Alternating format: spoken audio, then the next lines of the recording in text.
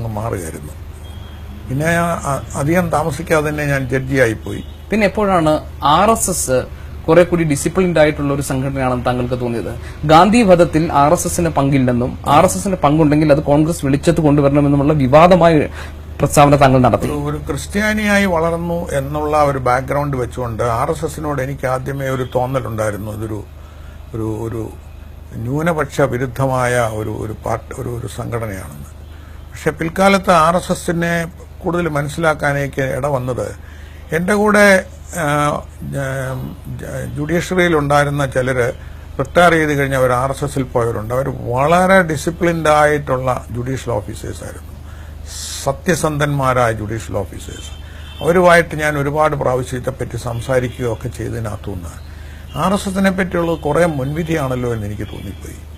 അപ്പോഴാണ് ഞാൻ ഈ ഗാന്ധി വധത്തിൽ RSSകാരുണ്ടെന്ന് ഇങ്ങനെ പറഞ്ഞുകൊണ്ടിരിക്കുന്നത് വെച്ചുകൊണ്ട് നോക്കിയപ്പോൾ ഗാന്ധി വധം സംബന്ധിച്ച് നടത്തിയ ജഡ്ജ്മെന്റുകൾ ഞാൻ വായിച്ചു.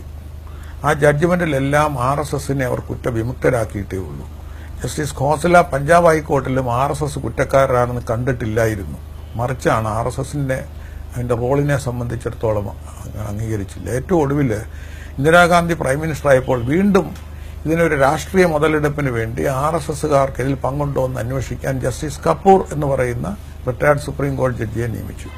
അദ്ദേഹത്തിന്റെ റിപ്പോർട്ട് വളരെ വിശദമായി പഠിച്ചതിന് ശേഷം റിപ്പോർട്ടിനകത്ത് RSSൽ ഇതിൽ പങ്കുള്ള യാതൊന്നുമില്ല എന്ന് പറഞ്ഞു. പിന്നെ ഗാന്ധി വധം കഴിഞ്ഞ് ഏതാനും ദിവസങ്ങൾ കഴിഞ്ഞപ്പോൾ തന്നെ സംഘടനയാണ് RSS. ഇതുപോലെ പറഞ്ഞു കഴിയട്ടെ, ഇത് കഴിഞ്ഞിട്ട് ഇതെല്ലാം കഴിഞ്ഞിട്ടാണ് ജവഹർലാൽ നെഹ്റു RSSന് പങ്കില്ല എന്ന് ബോധ്യപ്പെട്ടതിന് ശേഷമാണ് ഇവരെ റിപ്പബ്ലിക് ഡേക്ക് ഔപചാരികമായി ക്ഷണിക്കുന്നത്.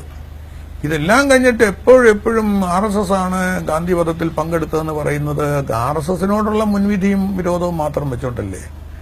RSSനോടും ഏതെങ്കിലും ഒരു സംഘടനയോടൊരു മുൻവിധി ഉണ്ടാകും. അവരില്ലാന്ന് ഒരു ജുഡീഷ്യൽ ബോഡി ഫൈൻഡ് ചെയ്താലും പിന്നെ ഉണ്ടെന്ന്